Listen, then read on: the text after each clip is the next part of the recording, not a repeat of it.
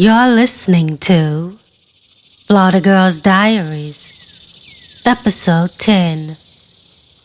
They say this story comes from the pages of a Florida girl's diary. It may be a girl I know. Maybe she's me. Maybe she ain't. Is it true? Almost entirely.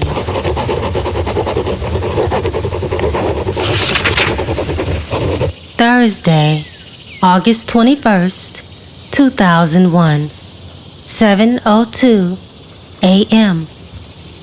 Today, my life changes forever. Everything I've worked for since I was 14 is finally coming to reality.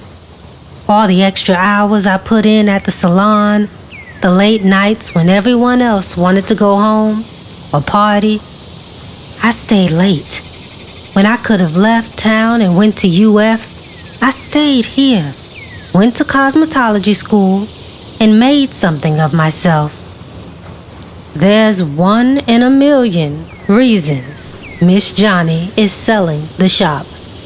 For one, she's too damn old to be doing hair or running a business at this point, and she doesn't have children to pass it down to.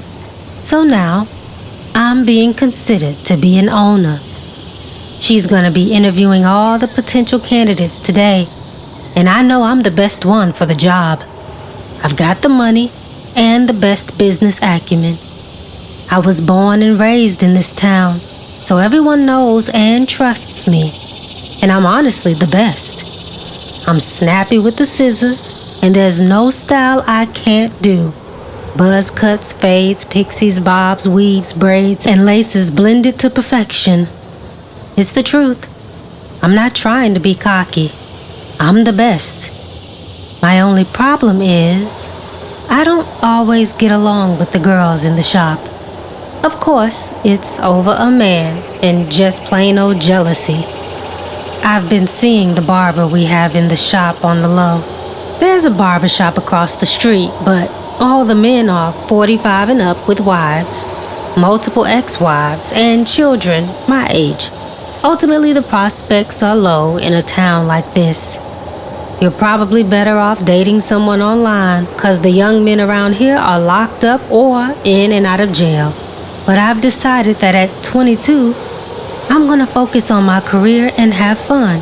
Marriage and kids, I'll wait until I'm like 28, 29, or 30. Having fun and making money is all I have time for. That's all I want to do. That's why I'd be the best to run the shop. It's not just work for me, it's fun. I love getting a woman all dolled up to look her Sunday's best, or putting in some cute kitty braids for a little girl's picture day. I was born to be a stylist. I got the Midas touch. My grandma was a stylist too, and used to work at the shop. She adopted me when my mom died of a stroke. I was 14, but with grandma laid to rest now, all I have is the insurance money she left me. I plan on investing it wisely, and the house. It's been a cold place since she's been gone. Times like this, I wish she had more kids so that I could have aunties, uncles, and cousins. My dad's hours away and doesn't seem interested in trying to see me. I've stopped trying since my cosmetology school graduation. I invited him and he was a no-show.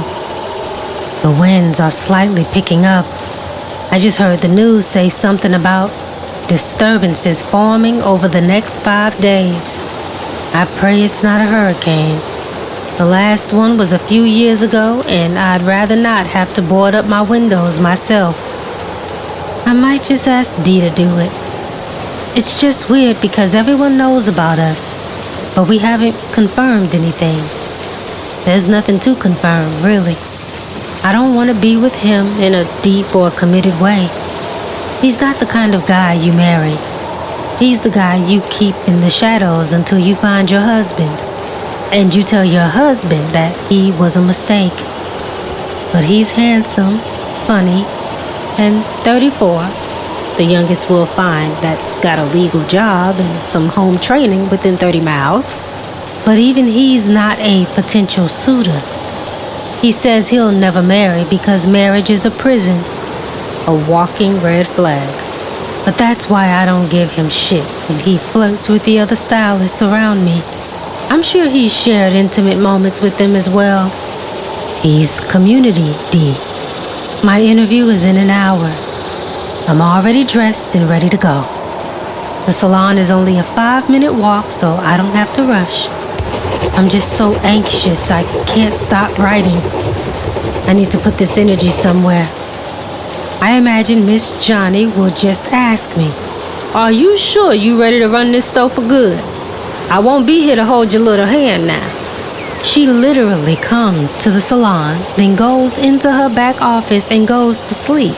She even brought the massage chair into her office to sleep on it. She said she's got carpal tunnel, so she can't do hair for much longer. She'll come in to greet her longtime elderly clients that want to know she's still kicking. But that's it. It's time for her to lay it down and relax. I'll probably regret saying this when I'm 65, but the retirement age needs to be discussed. Johnny is 77 years old. Ain't nothing wrong with that, but she shouldn't be doing anyone's hair. She shouldn't be driving. She shouldn't be babysitting her great-great-grandchildren either. After much deliberation with her husband, who is still kicking at 85, which is pretty cool, he convinced her to sell. She knows deep down inside that I'm the best candidate. I've paid my dues. The only competition I might have is Gemini. She's not the best stylist, but she's 46, got 3 children, all in college, a husband, and a house she bought after years and years of being a hairstylist. She's a real grown-up. She looks the part. It's definitely her time. But age ain't nothing but a number, because she's not the best. I'm the best. Self-taught, cool, calm, collected, and easier to work with than her. I could run for president if I was old enough. My morning song, A Taste of Honey's Boogie Oogie Oogie, just came on, so I had to stop writing for my morning dance break before I leave. Old school funk really get me on my feet. I pranced around the living room like I was Tina Turner, hot comb to my mouth, belting, and without Grandma telling me to sit my ass down.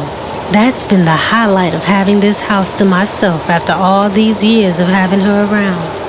I'm sure Gemini will come in with some big plan about how she's gonna make sure everyone shows up on time and blah blah yada yada boring stuff. I want to show Mrs. Johnny what the future of hair looks like. Mrs. Johnny's Hair Spa, I want to call it. We need to renovate the entire place. We need new chairs, floors, counters, and wash stations. The place hasn't been updated much since it was built in the 50s. Miss Johnny did just enough to keep it up to code. I know old school people don't want to hear about how things could be better, but improvements must be made. I'm sure the building wasn't fixed properly after the last hurricane hit, so who's to say it'll even survive if another one hits? That's what I'm gonna do. Go in with a hurricane protection plan. Let her know that I have $10,000 in cash ready to invest. It's all I have to give, and I'm willing to give it. Well, I really have $20,000, but she doesn't deserve all the money Grandma left behind for me. 9:45 p.m. I did not plan to end the day with a busted lip. That heifer Gemini slapped me with a handful of rings. Listen, a woman her age shouldn't be putting her hands on a younger woman. Mrs. Johnny May narrowed it down to me and Gemini and made us have the final interview together, which was not a good idea. She wanted us to co-own it, which I was open to. As part owner of a salon, I didn't have to do all the work. I was down. But then Mrs. Gemini and her hood rat ass had to call me out my name. She goes, "Aaliyah is a fast-tailed child. She's good, I'll give her that, but she's always putting on a show. How can I be fast when I can legally buy cigarettes and tequila? How? So I kindly told her that she should watch her tone before I slap her in her mouth. And no time was wasted. She said, "You ain't gonna slap shit." And she beat me to the punch. Next thing I know, we're on the floor going blow for blow. Miss Johnny screamed for us to stop, but she grabbed hold of my hair. Now, she knows I'm sensitive about my hair. I've been wrapping my hair for 7 years, and my wraps are silky and pressed like Pocahontas. She grabbed my hair, wrapped it around her fist, and tugged it like she was trying to pull it out of my scalp. I lost it after that and started throwing punches like crazy. She was about 10 pounds heavier than me and about 4 feet taller, so I had to find another way. I used my foot to trip her to the floor. Tumbling down we went until she fell backward into the wall, going through it. Now there's a thick, girl-sized hole in the wall. Finally, the other stylist ran in to break us up. What took their asses so long? She could have killed me. Once things cooled down, Mrs. Johnny cleaned up my lip for me. That's the thing about knowing her all my life. I knew what mattered to her, more than Gemini. As she used peroxide to clean the blood from my lip, she said, "We can't have y'all putting hands on each other. That ain't ladylike." I said, "She's out of control." But it don't matter. I have some money saved. We can fix the hole and get this place cleaned up. She said, "How much money?" And just like that, I got it. I'm taking over the shop. I signed the deed and here it sits on my desk. It took getting a bloody lip, but it is what it is. I'm the boss. Wednesday, August 22nd, 2001, 7:30 a.m. The day after you accomplish something big is when you see who's really happy for you. Signing the deed was one thing, but now folks have to listen to me, do what I say. I haven't even figured out how to treat myself. I deserve to celebrate this moment. My bestie friend was gonna fly in from Atlanta to do a ribbon cutting of our own, but with the storm looming over us, we decided to postpone. She got out of Florida during the last hurricane. It ripped her family home to shreds. I'll have the news playing in the shop the entire day, making sure everyone knows what's going on. The most recent broadcast says that we should expect some rain and thunder tonight. Looking out the window, I can see the gray clouds moving in, ready to take over the town. I figure I won't make it too weird when I go in today. I'll just let everyone know that not too many things will be changing, but that I do want to implement some things to spruce the place up. For one, I want everyone to level up and learn a new style. Everyone should be getting better and better. No more stagnancy. No more, "I only do relaxes." It's time to learn how to really nurture our kinks. And I want online bookings going forward. I'll have to design the website myself, which isn't a problem. I'm tired of us handwriting appointments in Miss Johnny's raggedy-ass appointment book. And everyone needs to... Let me slow down. That's enough for now. I gotta move slowly with these girls. They'll try and let my age be the reason they don't want to listen. But I'm talented, smart, and just want to be taken seriously. 7:02 p.m. Just getting in the house. Today was a doozy. Mrs. Johnny likes for us to make house calls to the elderly women in the neighborhood who can't make it to the salon. We keep them looking good for church on Sundays, and it's good for their self-esteem too. I want to keep that going. One of the ladies is Miss Mubby, my neighbor, so I usually do her hair on the way home or before I go in. She's a sweetheart, but pushy and feisty. She usually knows what she wants. Just set some rollers in for me. Sit me under the dryer for 30 minutes and let me keep the rollers in till Sunday. I like a woman who knows what she wants. Her home is always clean and well kept, like she spends most of the day cleaning it, making sure it's perfect. It smells so good, like lavender in summertime. She has a Florida room overlooking a little garden of blue daisies. She used to work with Mrs. Johnny in the shop back in the day too, but has since retired. She's definitely still got some spunk. She told me her grandson moved in yesterday and has been looking for a job. I haven't seen him yet. She claims he's single, handsome, with no kids. That's trouble. We know all the women are gonna flock. She said he just got out of jail for possession, but he only had a tiny amount, she said. Mubby don't hold no punches. She ran down this man's entire resume. But a record? Send him to the hood rats. She said I should talk to him, get to know him. He's a good man. I told him, I'm running the shop now. I really don't have time to entertain these men. They need too much attention and watching over to act right. She chuckled. That's why I never marry. But he needs a good woman. Some men need a woman like you. Independent, strong, and doing good stuff. She always makes me feel good about myself. She was the first to tell me I was the best. Gemini and them other girls come by, she said, and they always so rough with me. My hands were bunny soft, she'd say, followed with, my grandson's been in a cage for a little under a year. He's kind, gentle, and he needs soft hands like yours. I'm gonna send him to the shop. Maybe you won't like him in that way, but he could use a job. He'll fix things and clean up. He won't cause no trouble. Did she want me to be his employer or his woman? I reckon both. I said, let me think on it, Miss Mubby. She pushed harder. What you got to think about? He could just sweep up half an hour. He got locks too. Maybe the girls could practice on him. And he can learn to cut half. Just give him a job. She wanted to give her grandson the world. I told her his record concerns me. She said, Johnny can vouch for him.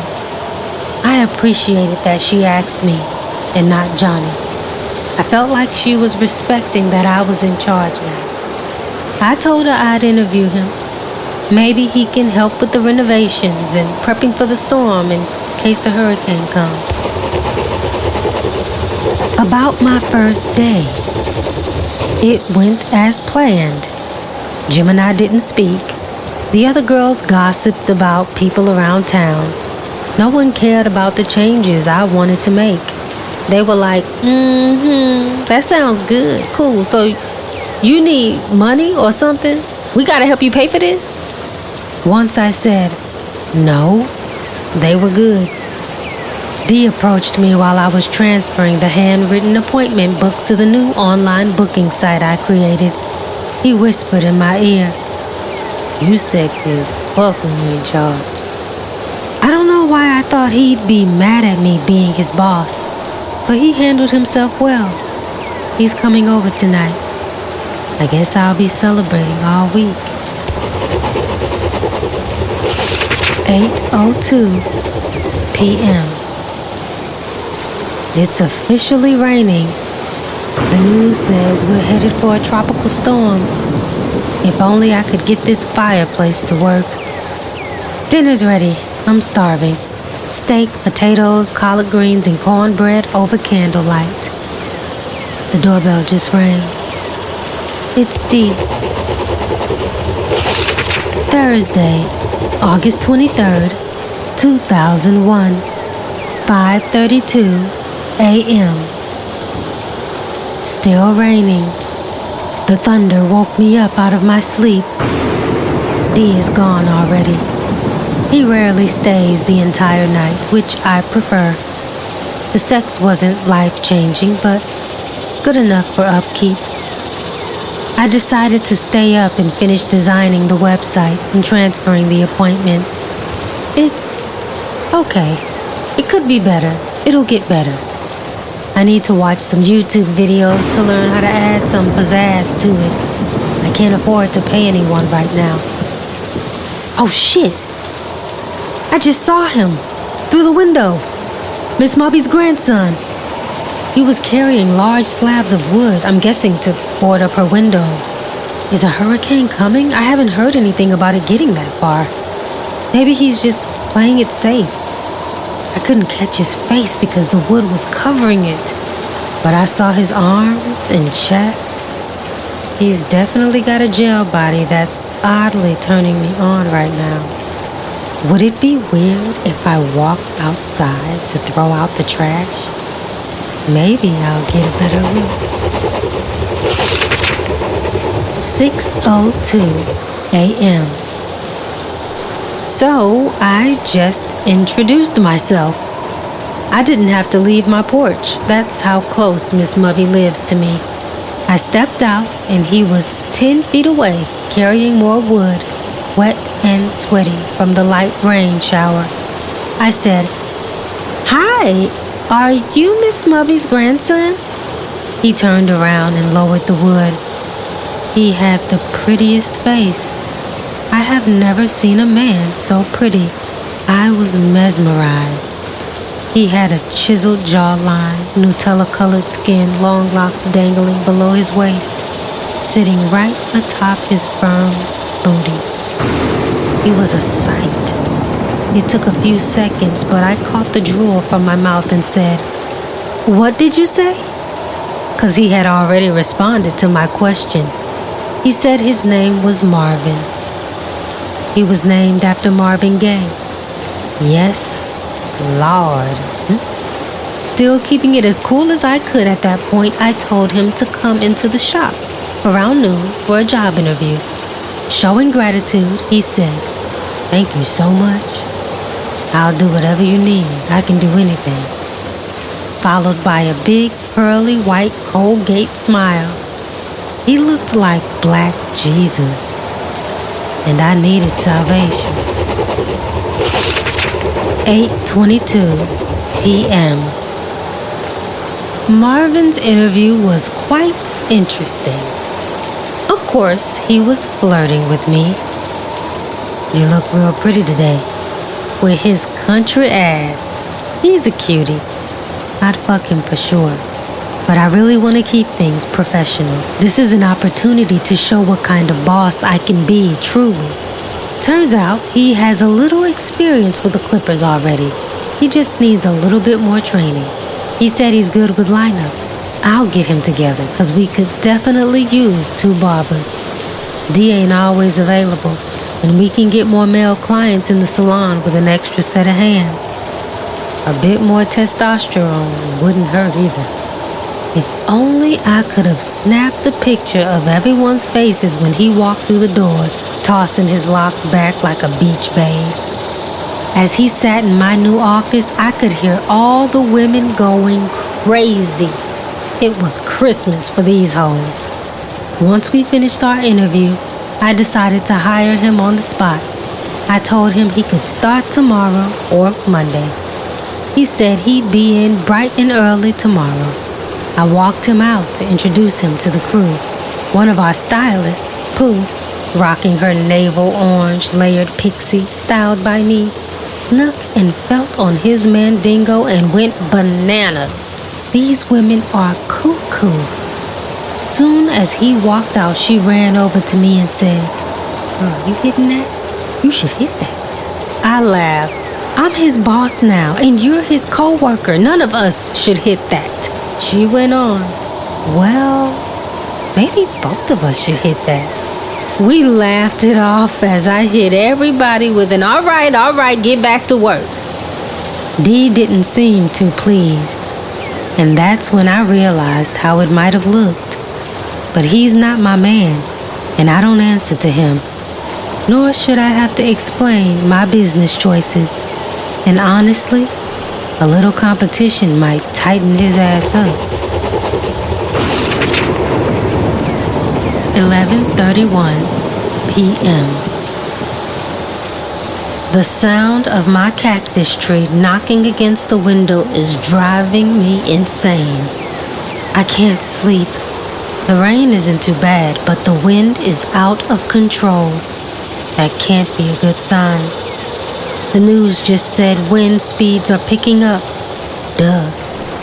They're saying to expect tropical storm force winds and heavy rain tomorrow. I might need to take this storm a bit more seriously and start preparing to shut things down. I like to journal by the window. Through it, I always get a clear sight of the sky, the moon, and the stars. I'm always fascinated when I see a full moon. I feel connected to it. But tonight, I can't see the moon or the stars. Just darkness. A deep, dark cloud.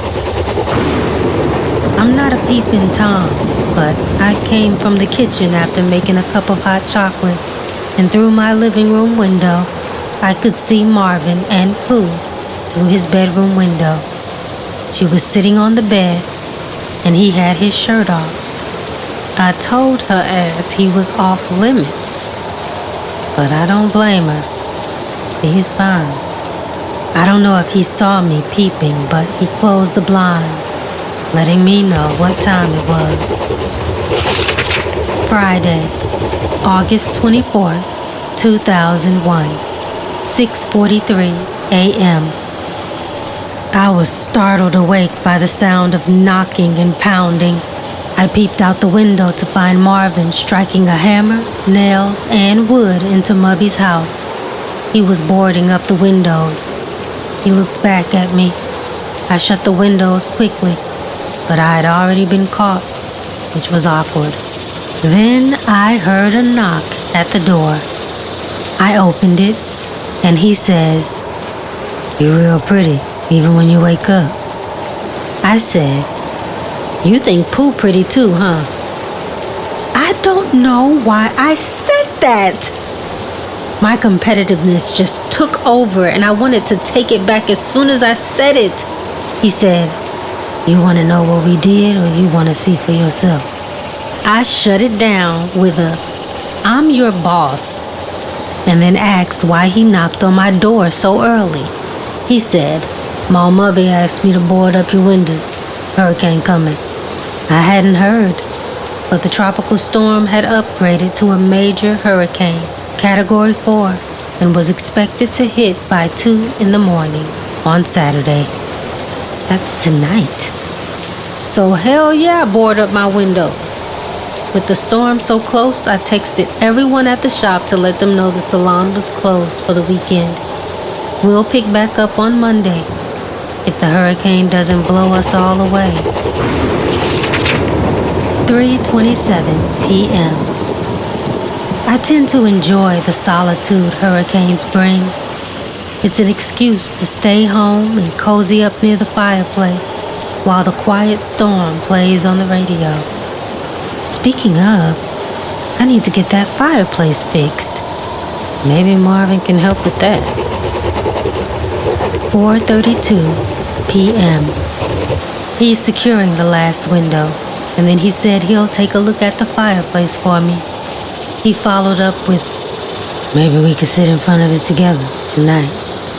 I'm sure you don't want to be alone during the storm." I asked, "What about Mom Mubby?" He said she was down the street staying with Mrs. Johnny.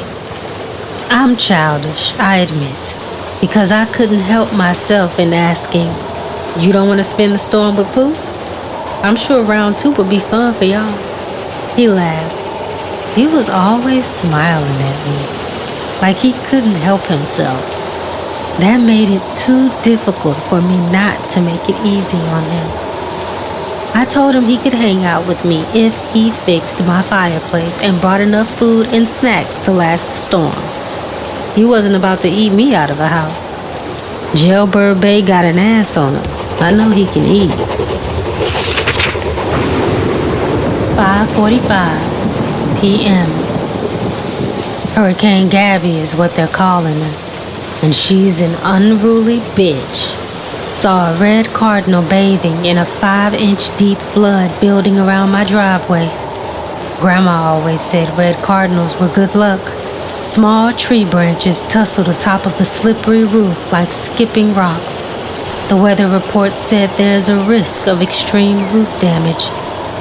I won't stress over things I can't control, like the fact that I just spent half my savings on a salon and can't afford any home damage right now. Thinking about money is exhausting. Marvin's finishing up the fireplace. He said it was just old and needed some tender loving care. There are a few other things he could fix around here. The washing machine has been making that rattling noise and the attic needs to be cleaned out. Grandma's old Christmas tree and ornaments are still up there. He seems like the type that'll just do what I ask. This could be fun. My mind just went to dirty places, but I'm not going there with him. I shouldn't take advantage of him, but something tells me he wants to be. He just asked me what I was writing about. He caught me smiling to myself. I told him poetry. Now he's asking me to read something for him. Men always want to be entertained. I told him it was private. He said, "You got all the privacy you need." Everything that comes from his mouth sends my body into an electric shock of arousal. He's not my type, but he is. It's not because he went to jail. It's because he doesn't seem ambitious, but he does seem free. Maybe that's all he can be right now. Is he supposed to hit the ground running? He has a job and already caught himself a nut, so I'd say he's doing good for himself. The fireplace is going. Ironic how the fire lit a fuse inside of me. Such a contrast to what I see out the window. A dark, gray, wet sky. Strong winds pulling trees from their drowning roots. Outside is so unpleasant, but with the fireplace, it felt like this was a safe and cozy space. I just offered to cook him dinner. It's the least I could do after all the work he's done for me. I'm thinking extra crispy fried chicken, mac and cheese, some leftover collards, sweet cornbread, and an even sweeter sweet potato pie. I'm going all out tonight. 10:03 p.m. He devoured that home-cooked meal like it was his first supper since being stranded on a desert island. And prison's far worse than that. I cooked way more than I needed to. So he asked if he could take a few plates to my mother, Mrs. Johnny, and her husband. He's surprisingly very generous and thoughtful. I told him, of course. He just left, but now I think it might have been a bad idea for him to leave with all the debris and stuff flying around outside. I'm so pissed. There's a leak in my roof. I'm sitting on the couch, which has been relocated to the middle of the room. Marvin suggested not sitting by the windows. I moved the table to the front of me to put my cup of cocoa on it. And as I sat to write in my diary, a large drop of brown water fell from the ceiling and into my cup. Then another, and then another. And then a long stream of water comes pouring from the ceiling. This house is old and should probably be torn down and rebuilt. I've considered just getting an apartment. But why would I do that when I can live in my childhood home rent-free and invest in a business? I'll eventually get the money to fix this place up and rent it out maybe. But in the meantime, I need some quick fixes. 11:02 p.m. An alert just came through. Category 5. I can hear the chaos outside, but with boarded windows, it keeps you in the dark a bit. The quiet storm is playing Voyage to Atlantis right now. Whew. That guitar solo pops, and I just want to go dancing in the rain, R&B style. The Isley Brothers get me. They sing a tune I can feel, All I can do is rock my head and groove as I write. This song is poetry in motion. Singing, "Come back to me," had me thinking, and not that I should care, but Marvin hasn't come back yet. He did say he was coming back. The winds are picking up, so maybe he crashed at Mrs. Johnny's. Just called my mother's cell phone, and she said he left 30 minutes ago. He should be back already. Speaking of the devil, he's knocking on the door quite aggressively, might I add. Saturday, August 25th, 2001, 12:32 a.m. I didn't expect to be giving this black man stitches, but I did expect that going out into a Category 5 hurricane to deliver food to old folks would be sweet and kind and good, but also dumb and stupid and slow. And soon as I opened the door, I saw the bleeding tiger claw stripes across his chest. He tried to cross through Grandma's rose garden out back, and the thorns gave him no space and opportunity to get through unscathed. Like Princess Belle, I took a warm, soaked rag of peroxide and dabbed it against his beastly chest. He roared, ripping my waist as I took the needle and thread it through his flesh. Grandma had everything in this house we could ever need. I can't speak on the sterility of the thread, though I boiled in hot water long enough, I hope. Closing the last stitch, he looked me in my eyes and thanked me deeply. It was the deepest, most sincere thank you I'd ever gotten. I told him it wasn't a big deal. He told me to stop minimizing what I'd done for him. You gave an ex-con a job. Not just sweeping the floor, but cutting hair. You let me into your home. You put me to work, but you let me in. And you cooked for me. A woman ain't never cooked for me before. Nobody but Ma Mubby. Look at him. Trying to be extra smooth, extra cool, extra cute. Rain came pouring down harder and harder, and the roof began to make that creaking noise that said, "I'm gonna break." In pain and barely able to stretch his torso, Marvin sealed the hole in the roof and followed up with a, "Can I help you fix this place up? You're too beautiful to be living in this kind of dump." He joked that the house might not last the storm if it gets any stronger. He asked if the house had insurance. I asked, "What insurance?" "We need a resolution." Thunder roaring and lightning striking. God letting us know he'll shut shit down at any given moment. We sat in front of the fireplace as the radio played. It all of a sudden felt like Marvin was being more and more intentional with his questions. He asked me about D. Said he tried to dap D up and D curved him. He thought it might be because of me. I told him the truth. We have sex sometimes, and that's it. He's not my boyfriend. He looked at me hard, coming on strong at this point. "You want a boyfriend?" I laughed so hard. "What do you mean?" He pushed. "What if I want you to be my woman?" I let him know that I didn't belong to anyone. I belonged to me and only me. But God, he was making me weak. The brother is good. Jail ain't make him a lick of rusty. He slid across the floor closer to me and said, "Then I belong to you." The quiet storms were musically supervising the night because as lightning struck, so did the strings on Quincy Jones' The Secret Garden.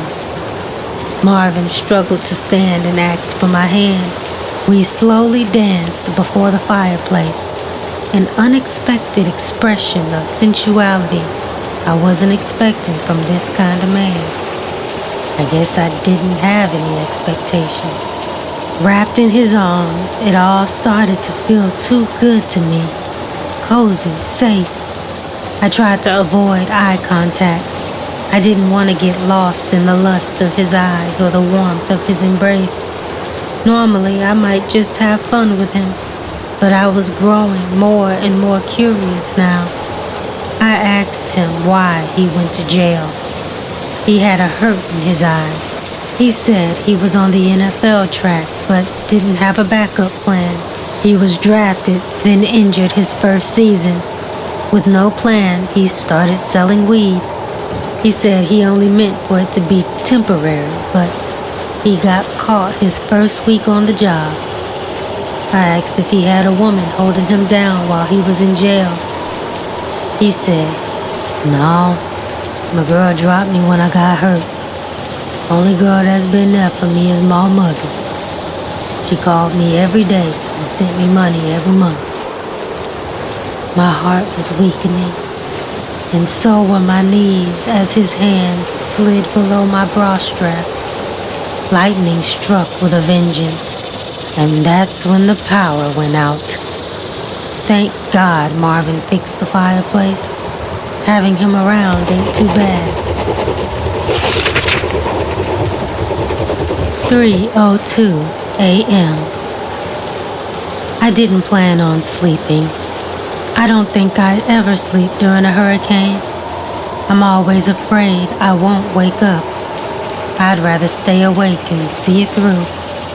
I covered the floors with fluffy blankets like kids at a slumber party. Candles filled the room, lighting just enough for us to see each other's eyes. A bowl of orange slices and a bottle of vodka rested between us. GQ's "I Do Love You" came on, and he jumped to his drunken, wobbly feet, two-stepping. Blame it on the vodka, blame it on the beat, 'cause I had to get up and show him how it was really done. We danced and sang along. I backed it up on him a little bit, just a tease. We kept it mostly PG. I felt his breath on my ear, his lips close enough to almost touch, but never connecting. I could feel his energy. It was disarming. I don't think I've had so much fun in a long time. We were having a dance party in the middle of a hurricane. Gabby wasn't stopping us from having a good time. He twirled me around, showing off like we had an audience to impress. And then the night took an awkward turn as my cell rang. I knew who it was this time of the night. No one was calling me but Dee. I thought, did I tell him to come over? I ignored the call, and Marvin said, "You need to get that?" I told him that if I needed to get it, I would have got it. The phone rang again and again, so I turned it off. That clearly turned it off for Marvin, too. He collapsed to the floor, snuggling inside my old Princess Jasmine sleeping bag. "That your boyfriend, D?" he asked. I joked, and maybe this was the liquor talking by now. "So you're jealous?" He said, "You like playing games with men. You like being in control. But that nigga lame, and you could do better." I told him, "You don't even know me, and you don't know D either." He was clearly getting all in his feelings. I realized that maybe I fed a starving beast deprived of the sustenance he so desperately needed. Maybe I was giving him too much, too soon. Support, affection, sternness, good food, and a good time.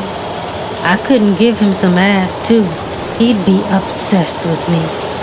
I told him we should call it a night. I said he could sleep on the couch, so I went to my room, and now he's in the living room, doing whatever. 5:48 a.m. He's lightly tapping on my door right now.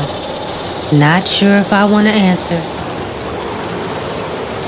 He's talking through the door. I don't know if you're still awake, but I wanted to apologize for coming at you sideways. That ain't me. I've clearly overstayed my welcome, so I'm gonna head out. Thank you for being so kind to me. See you later, Miss Aaliyah. No, this nigga ain't trying to guilt trip me. 7:50 p.m. So I chased Marvin outside, begging him to come back in. I told him he didn't have to leave and that his apology was forgiven. We were both still so drunk and we couldn't see debris, tree branches, leaves, and empty cans of soda flying around us like in that movie Twister. I think I saw a chicken floating, not flying, but floating past the house. With us both outside, rain pouring down our faces, I yelled, "Come back inside!" He said he couldn't be around me. He couldn't help himself. "You not my woman and it's confusing me. You too damn fine and you too damn good of a woman for me not to try. I want you more and more and I just need space," he vented. He said that as long as I was in his sight, he was gonna try. I brought up poo again. I had nothing else to say and he knew it. He yelled, "She gave me head. First time I had my dick sucked in a year. I won't apologize for that." Oh wait, a chicken definitely floated by because it floated too close to his head and he ducked and slipped and fell into a muddy puddle. I tried to help him up, but instead he pulled me down with him. In the puddle, we rolled, laughing hard as hell. "Was that a fucking flying chicken?" he laughed. At that point, I was straddling him. I said, "We have to go inside before we get hurt." He said, "I'll never let you get hurt." He had me weak. His wet lips and earnestness just made me want to kiss him. And then our tongues touched, a passionate kiss in the rain. I never imagined something so white girl romantic could happen to this black country girl. We rolled around in the slippery, muddy grass, kissing like two sex-crazed teenagers, rolling and rolling faster and faster as the wind picked up speed.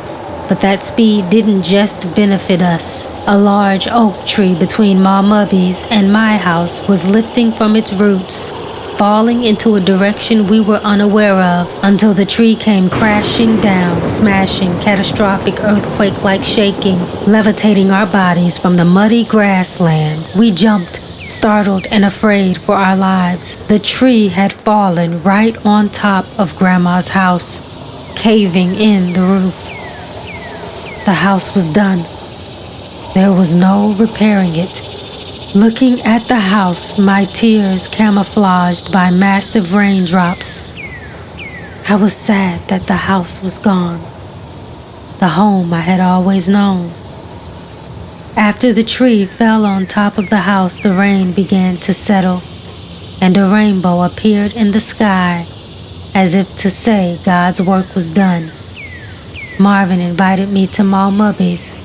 He made me some coffee and told me he would help me rebuild Grandma's house from the ground up. What did I do to deserve this man? Sirens whirling, red and blue lights flashing outside. He had a record player in his bedroom. He put on D'Angelo's Lady, then extended his hand, and we continued to dance. I'm lying. A little more happened than that. I'm afraid to write too much.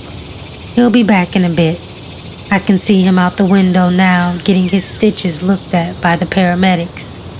Looks like I did a good job. Thanks, Grandma. We've been cooped up all day. And you know, when you suffer a near-death experience with a strong, fine black man begging you to be his woman, what is a girl to do?